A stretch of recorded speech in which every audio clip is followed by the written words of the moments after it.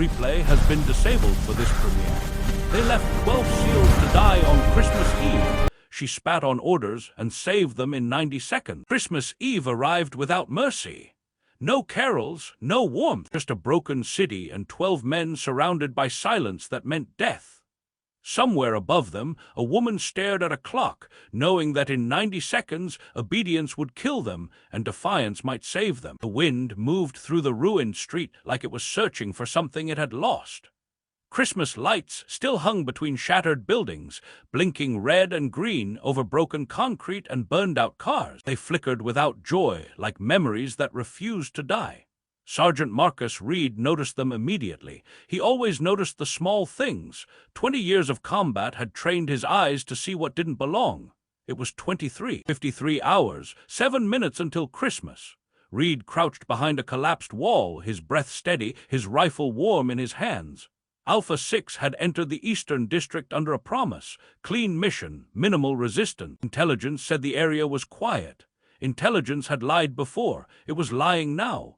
12 heat signatures glowed on Reed's scope, then 16, then more. Too many, too organized. This wasn't a stash house. This was a trap. "Hold," Reed whispered, fist raised. The team froze instantly. 12 men moving as one, not because they were ordered to, but because they trusted each other with their lives. Lieutenant Jake Morrison slid beside him, voice calm but tight. "This place doesn't feel right." Reed didn't answer. He didn't need to. The air already screamed it.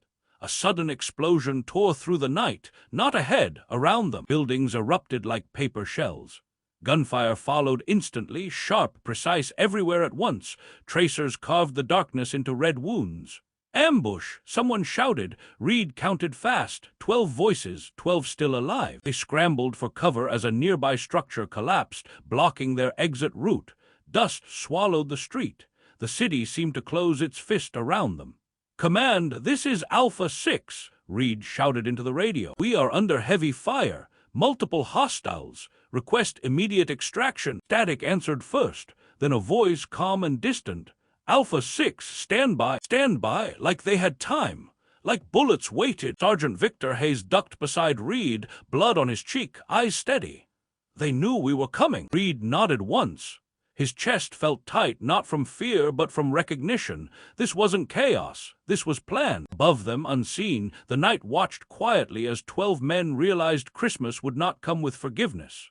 The radio crackled again, cutting through gunfire like an insult. "Alpha 6, political situation has changed."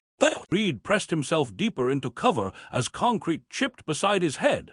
"Say again." "You are ordered to hold position. Do not escalate. Extraction is delayed." "Delayed?" Morrison stared at the radio as if it had betrayed him personally.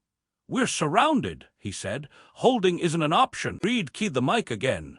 "We cannot hold. We are boxed in." The reply came colder. "Orders stand." Then the line went dead. No explanation, no timeline, just silence where support should have been. Reed felt something heavy settle in his chest, heavier than fear. He'd followed orders his entire life. Orders had taken him through deserts and cities, through nights where men screamed and days where men disappeared. Orders were supposed to mean someone had your back. Now, orders meant waiting to die quietly. Tours crawled over, eyes wide behind his goggles. 23 years old, still smelled like home when the rain hit him just right. "Sir, are they leaving us?" Reed didn't answer. He didn't have to. The distant thump of helicopter rotors was already fading, moving away, not toward them. Chen slammed his radio once, frustration breaking through discipline. "All channels are dead." Hayes checked his ammo with slow care. "They're counting us as acceptable losses." Nobody argued. Enemy fire intensified. Shapes moved closer between buildings. The attackers weren't rushing. They were patient, confident. Reed glanced at the clock on his wrist. 23:56, 4 minutes until Christmas. Tours whispered something, barely audible. "My mom's probably setting the table right now." Reed swallowed. He raised his rifle. "We hold as long as we can. If they push, we push back." No speeches, no promises, just truth. The Christmas lights above them flickered again, casting soft color on men who had been erased from the plan. Far above the street, in a place untouched by smoke or blood, another clock was ticking, and another choice was being weighed. Captain Elena Ward lay prone on a frozen rooftop 3 buildings away. She had been there for 40 minutes, watching, waiting, not breathing unless necessary. Her rifle rested against the ledge, unmoving. Her scope showed everything: the chaos below, the precision of the ambush, the way Alpha 6 moved like professionals even while being strangled by silence. She heard the order in her earpiece before she saw the retreat on the screen. "Abort! All assets withdraw!" Elena didn't respond. She glanced at her watch. 23:57. She knew these men not personally, but professionally. She had trained with some of them, shared ranges, shared jokes that only soldiers understood. She recognized Reed instantly, the way he positioned his team, the way he never wasted motion. She also recognized betrayal when she saw it. Her command channel buzzed again. "Captain Ward, confirm withdrawal." She exhaled slowly. Above her, the sky was clear and cold. Somewhere, families were lighting candles, pouring drinks, pretending the world was gentle. Below her, 12 men were being erased. She remembered her first deployment, remembered trusting the system because she didn't know better, remembered coming home to folded flags and unanswered questions. Elena adjusted her scope. Enemy positions lit up clearly now. They were tightening the circle. Her voice stayed calm. "Request clarification on Alpha 6 status." Pause. Then, "They are no longer a priority asset." Elena closed her eyes. 90 seconds, that's how long she had before the attackers made their final push. She set her rifle down, not to surrender, to decide. Her orders were clear. Her conscience was clearer. She checked her watch again. 23:58. Christmas was 2 minutes away. And Captain Elena Ward decided that if she was going to live with something for the rest of her life, it would not be obedience. Elena raised her rifle again. Her finger settled on the trigger, steady as breath. The first shot rang out sharp and final, tearing through the night like a verdict. One hostile dropped instantly. The second shot followed before the body hit the ground. Below, Reed looked up instinctively as confusion rippled through the attackers. Elena didn't pause. She worked methodically. Clean shots, controlled breathing, no panic, no anger, just purpose. Her radio exploded with voices. "Ward, cease fire immediately." She ignored them. Enemy fighters scrambled, unsure where the threat was coming from. Their formation cracked just enough. "Alpha 6. Elena transmitted on a secure channel she wasn't supposed to use. "You have 90 seconds. Move west, now." Reed didn't question it. He trusted the voice because it sounded like truth. "Go!" he shouted. The team moved as one, breaking through a weakened perimeter as Elena covered them, shot after shot buying inches, then feet, then lives. A round clipped her shoulder. She barely noticed. "Captain, you are disobeying a direct order." "I know," she replied calmly, lining up another shot. Hayes stumbled, wounded. Elena dropped 2 attackers before they could close the distance. Torres ran hard, tears freezing on his face. Her watch ticked. 23:59. The last of Alpha 6 cleared the kill zone as enemy fire surged uselessly behind them. Elena fired her final round, then rolled back from the ledge as return fire shredded the concrete where she had been seconds earlier. Silence followed. Not peace, but survival. Down below, Reed counted again. 12. All 12. He looked up once, searching the rooftops. He never saw her, but he would never forget her. Midnight passed without announcement. No bells rang in the Eastern District. No cheers followed the clock. Just the slow realization that 12 men were still breathing. They regrouped in a dark alley, shaking, exhausted, alive. Torres laughed once, a broken sound, then dawn crept into the city without apology. Pale light spilled over rubble and smoke, revealing what the night had hidden. Burned walls, blood-darkened streets, the quiet aftermath of something that was never meant to be survived. Alpha 6 moved carefully through the extraction corridor that finally opened hours later.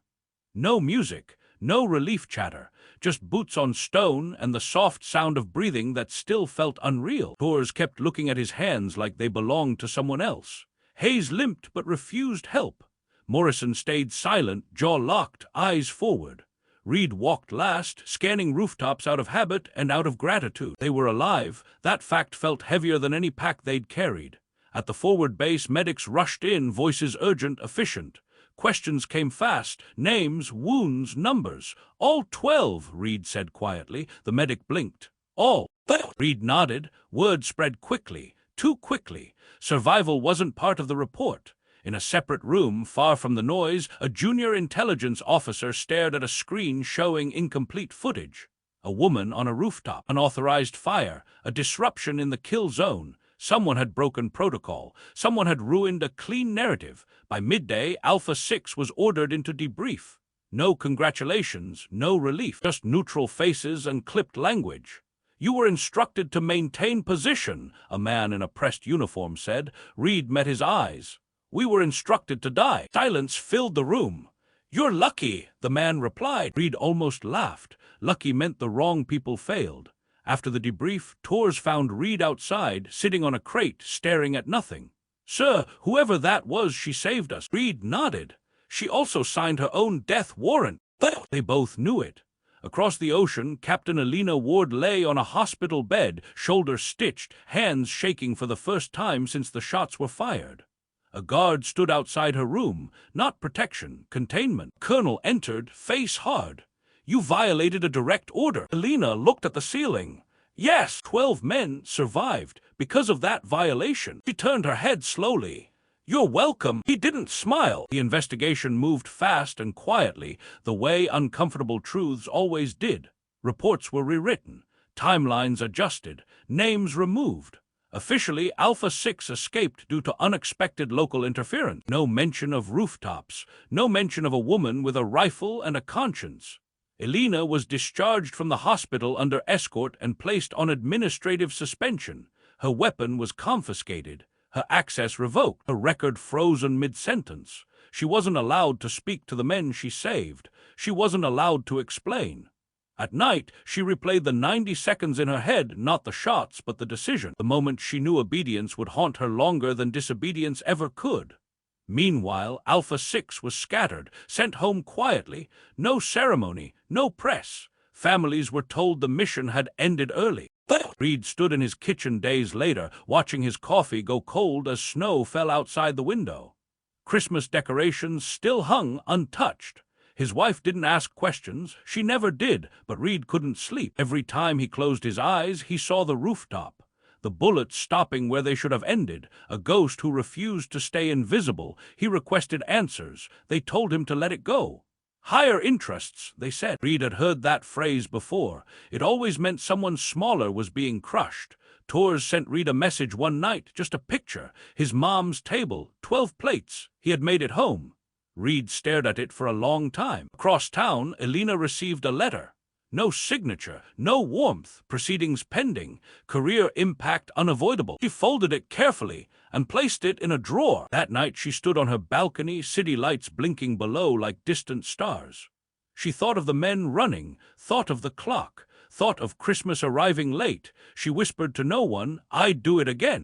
Somewhere else, in an office with no windows, a man watched footage one more time and wondered how many rules had to be broken before the system remembered what it was built to protect. Colonel Richard Hardwick hadn't slept since Christmas Eve. The screens were dark now, but the images stayed. 12 figures moving through fire, one anomaly on a rooftop.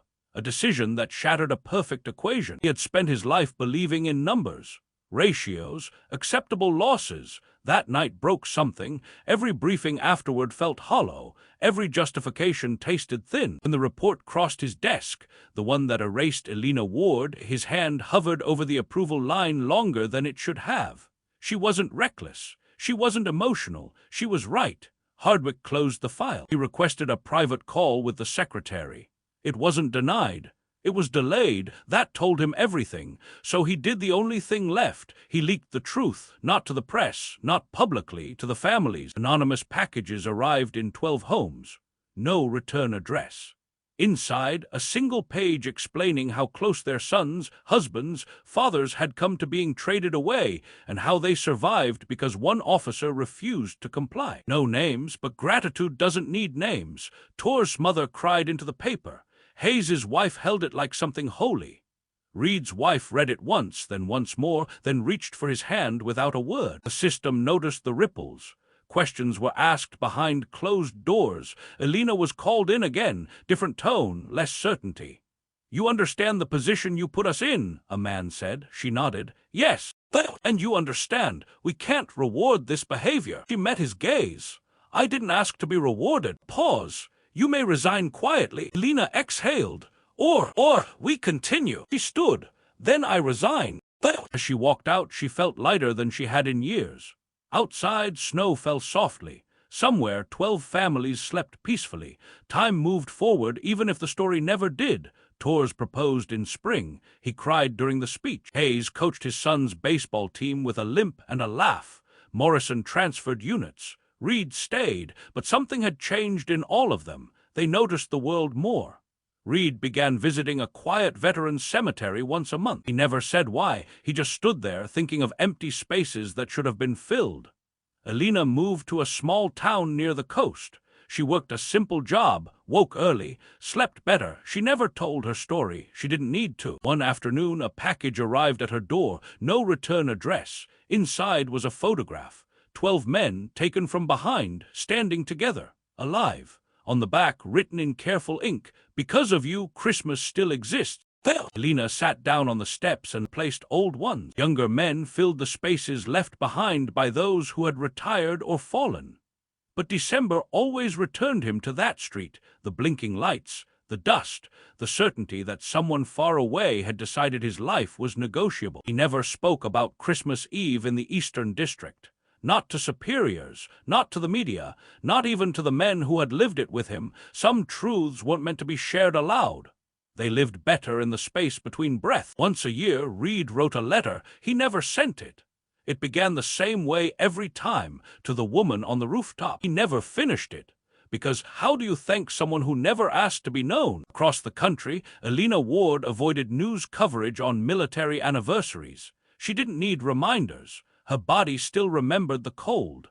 Her shoulders still ached when the weather changed. She'd wake sometimes at 23, 58, heart racing, hands steady as if still holding the rifle.